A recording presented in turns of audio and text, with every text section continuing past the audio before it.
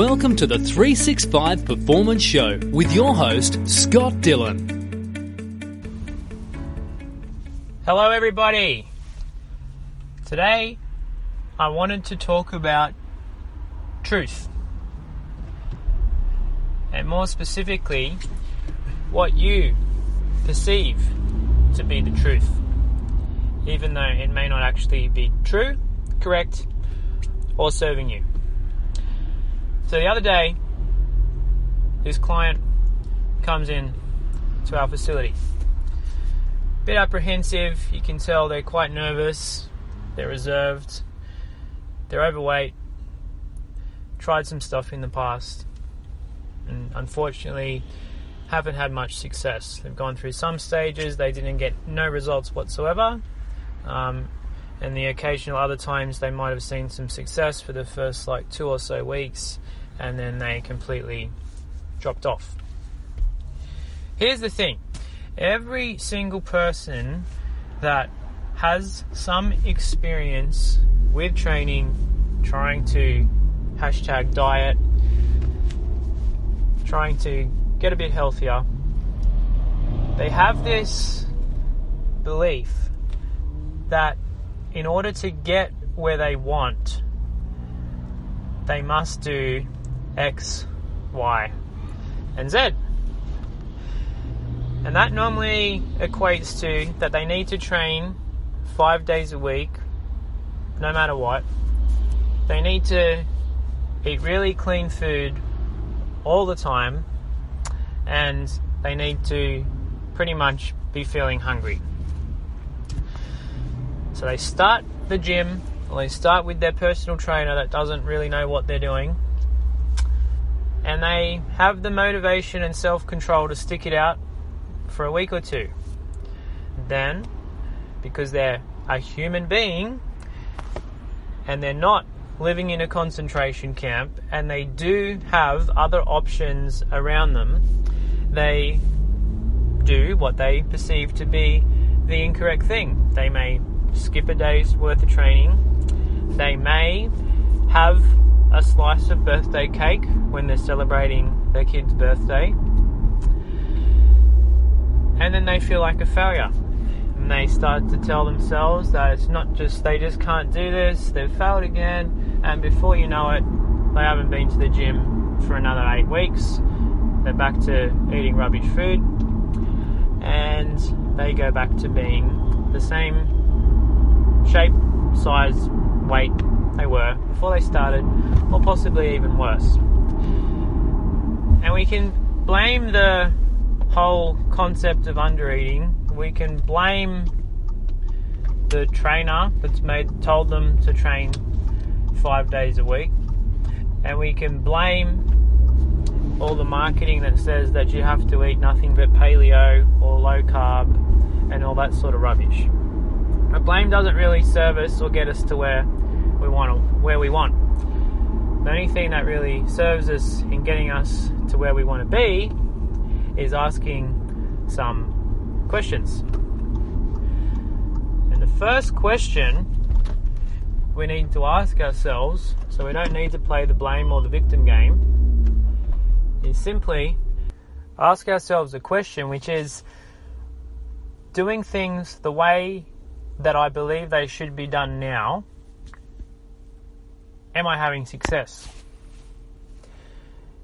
And if the answer is no, my next question is, what happens if the actual opposite way is true? If the secret to actually getting success is not to eat less but to eat more, if the secret to you having success is not to train more but to train less. Just a question.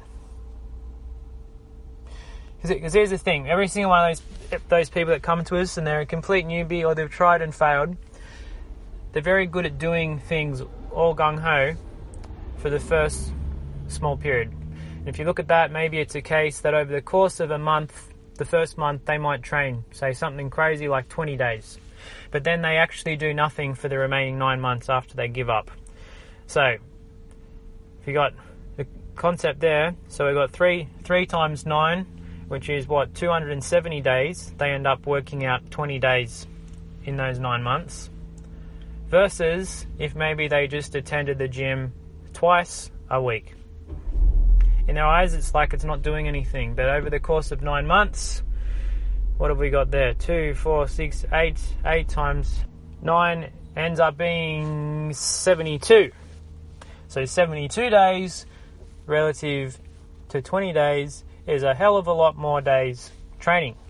It's a hell of a lot more manageable. And if you end up doing something like just training 2 days a week, but it's on a consistent basis, it obviously puts you in a better mindset, probably a little bit more focused to eat a little bit better. Likewise, is the reason for you not having success the fact that you cannot sustain under eating and eating clean, or is it the fact that perhaps you need to be actually eating more and perhaps having more carbs? Just a question. I know the answer because every single one of our clients that comes to us that has tried stuff and has plateaued normally comes from a place where they have been under eating and not having enough carbs, and their body and their hormones aren't functioning the way they should be. So the easiest way to make them have success is feed them more. The body becomes in a more fat adapted state. Weight starts to melt off again, but above that they have 10 times more energy than they normally did. Same deal. The truth that they had previously was actually a lie. Not self-induced, comes from a lot of the crap that's out there. They're just something to think about.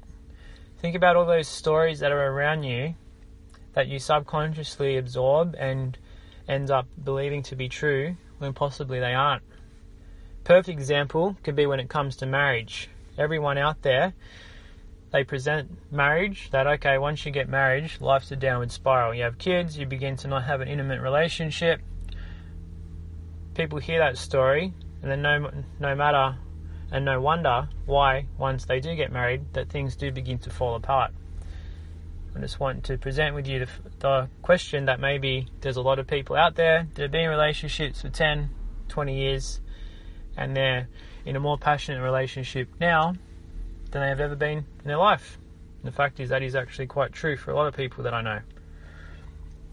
So, I want you to think today in regards to your training, maybe some goals that you're wanting to achieve. It could be something more physical, training for a run, or developing some skill. Maybe it's more to do with your body composition. You're wanting to put on muscle, lose some weight or tone up. Or maybe it's in some other area of your life. But what is something that you believe to be true, the way the gospel, the way it should have to be done, that you've been trying over and over and over again, and you actually haven't been having success making that come true? And my question to you again is, what happens if the exact opposite, if that is actually true, and can you try that today? Hope you're having a good day, everybody. Speak soon. Thank you for listening. If you haven't already, please head over to the365show.com where you can gain instant access to our 4-part video series. If you like what we're doing, please leave us a review and also make sure you're subscribed so you get kept in the loop. And finally, if you know anyone else that could benefit from this show, please share it with them.